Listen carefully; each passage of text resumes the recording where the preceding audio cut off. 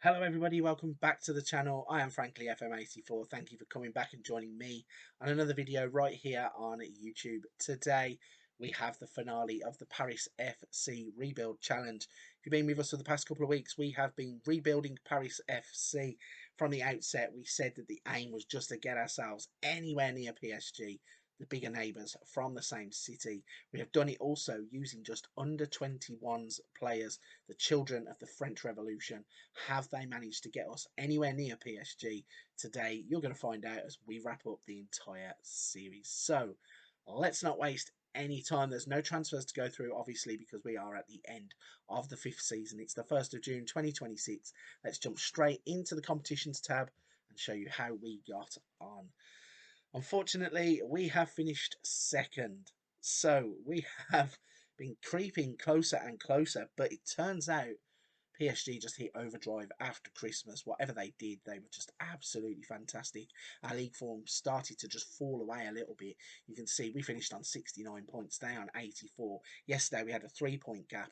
That there is something around the 15-point gap, and we really could not compete with them when the going got tough. I mean, we only clung on to second place by a point from Monaco, and yesterday we had quite a large advantage over Monaco in the league anyway. So we're going to break that one down in a second. We're going to move across. You know that we went out in the Champions League yesterday at the group stages. Man City getting maximum from the group, and then Dortmund getting 10 points. Put us into the Europa League, and you can see that we have had some success in the save. This is something to really shout about. We have won the Europa League. This is absolutely amazing to consider. We were a second division team at the start of the game. We've come all the way through using nothing but under 21 players and regens at this point, and we have won a major European competition. Coupe de France, we were knocked out in the 11th round by Girondins de Bordeaux. So we're going to run through the other tabs first, and then we'll come back and break the season down as it was. So finances, how are we leaving the club? They have £55.7 million in the bank. 24.5 million, will be available for the next manager who steps into the seat. Wage budget is 435,000. They're spending 400. So a nice gap there. You can see by all the graphs we have left the club in such a healthy state that whoever does come in, they should continue the success that we have started to have at the club. In terms of the club vision then, untouchable once again, A- for the season. If you break it down, the club culture, they are pleased that we did all three of the things that they wanted. So that's play counter-attacking football, play entertaining football, play attacking football. The 5-year plan going forward was to work within the wage budget. We did that. Minimum 2-year contracts we weren't being judged on. Spend the original transfer budget. We made sure, should I say, to do that.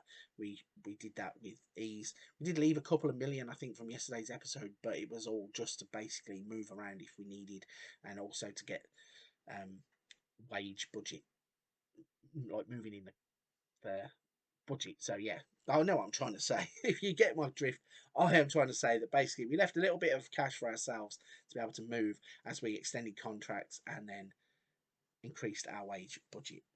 Get there in the end. Persistence is key. Build a new stadium has popped up. Not too sure when that has come on. The board have plans to build a new stadium. That is the first that I have seen, but obviously they are now believing in the club, and the current stadium only holds, I think, around 19,000 people, so hopefully a new home will bring more money for the board.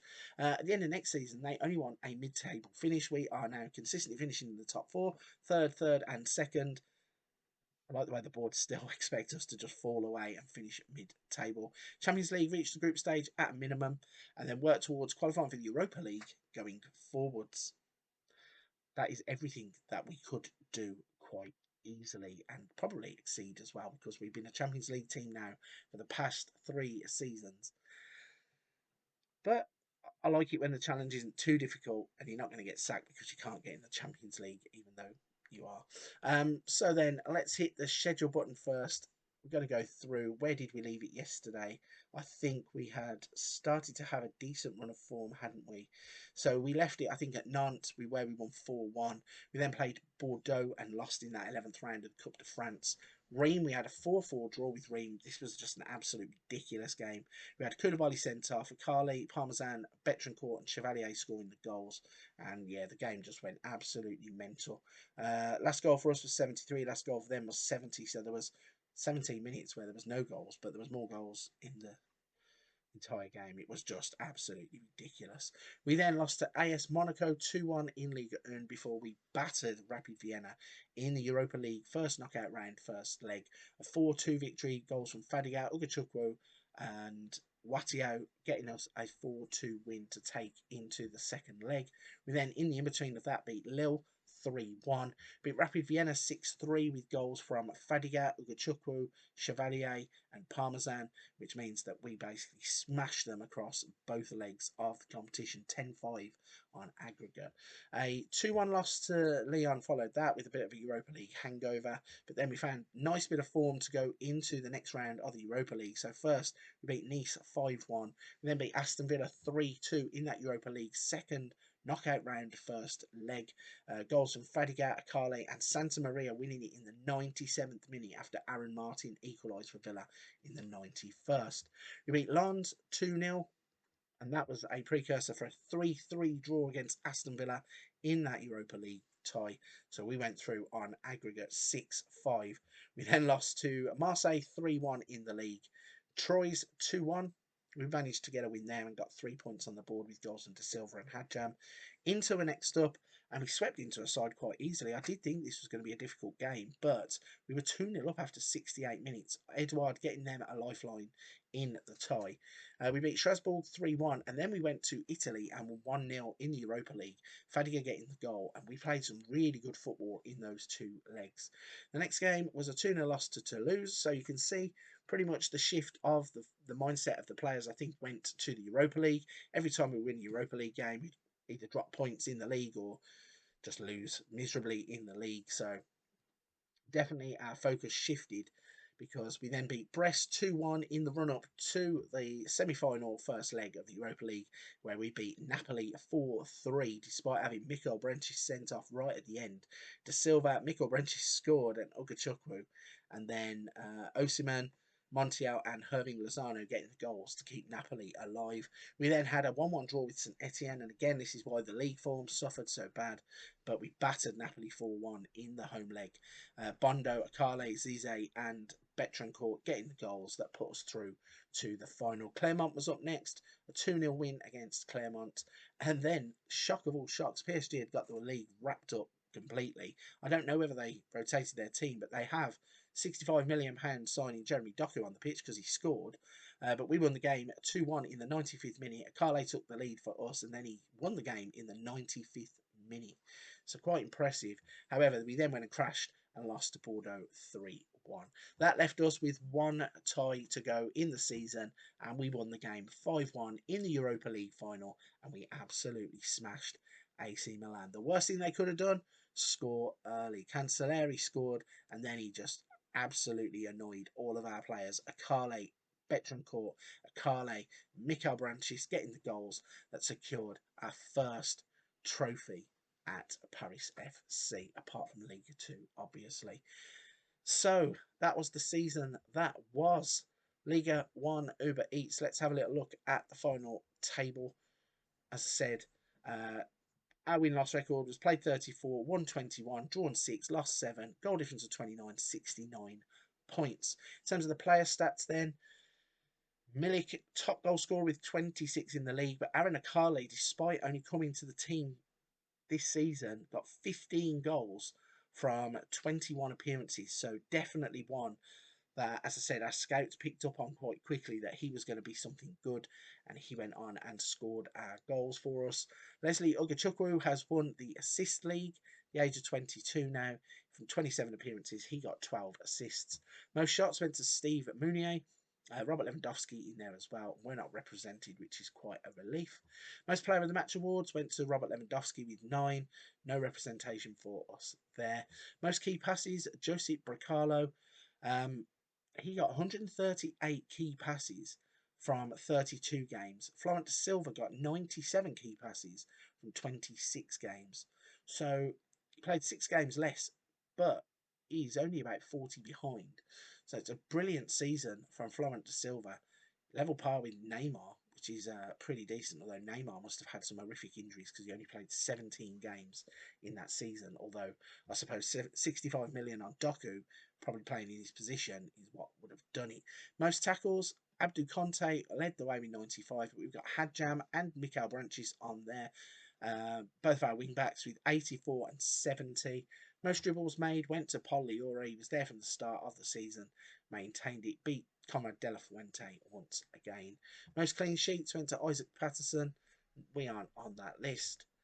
And then in terms of fewest conceded, Leo Kokubo of Japan, 17 conceded from 16 appearances. And once again, we are not on the list. If we go back then and look at the competitions tab, let's quickly drop in on the Europa League and show you how we got to the final. Like I said, we have run through this in the schedule, but you can see from the first knockout round, we beat Rapid Vienna 10-5 on aggregate. We then beat Aston Villa in the second round 6-5. Quarterfinals, we beat Inter 3-1 on aggregate. Semi-finals, then we played against Napoli and beat them 8-4 before absolutely thrashing AC Milan in the final to win it 5-1. So then, let's have a little look at the squad and show you the actual squad. In fact, no, let's do that.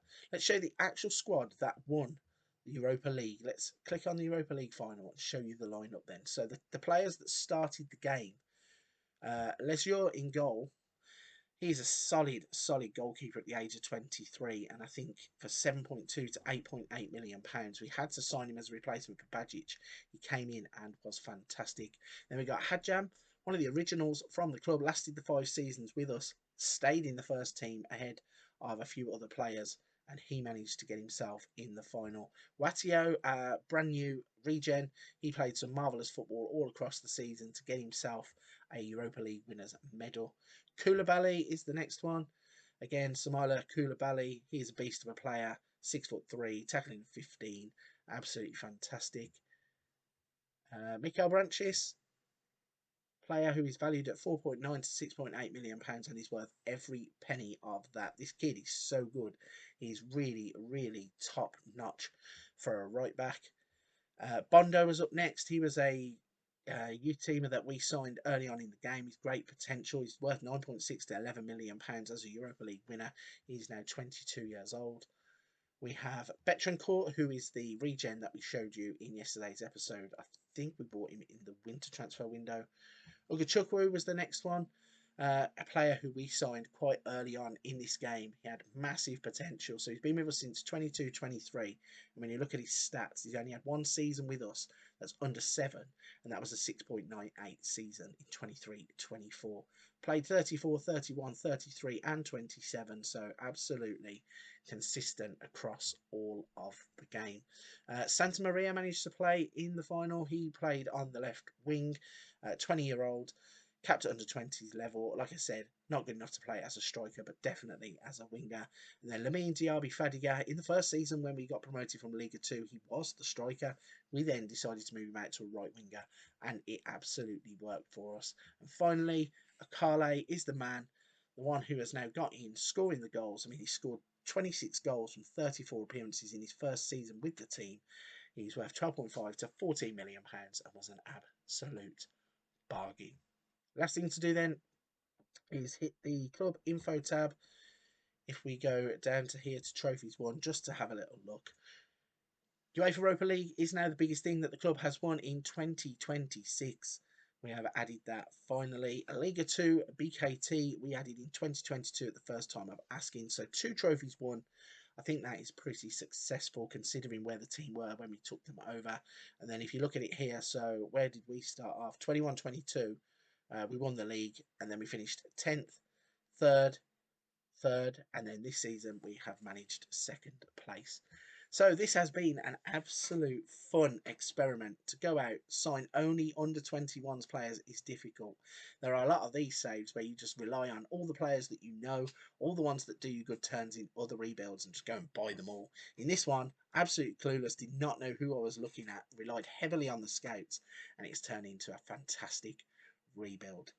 Right then, if you're at this point of the video, firstly, a big thank you. Secondly, if you don't mind hitting that like and subscribe button, please consider doing so. It really does help the channel, and I appreciate every single person who takes the time to do it. For this one, though, I'm going to wrap it there. This is the end of the series. There will be another one coming soon. But for now, go and check another video on the channel, and I'll see you in the new series.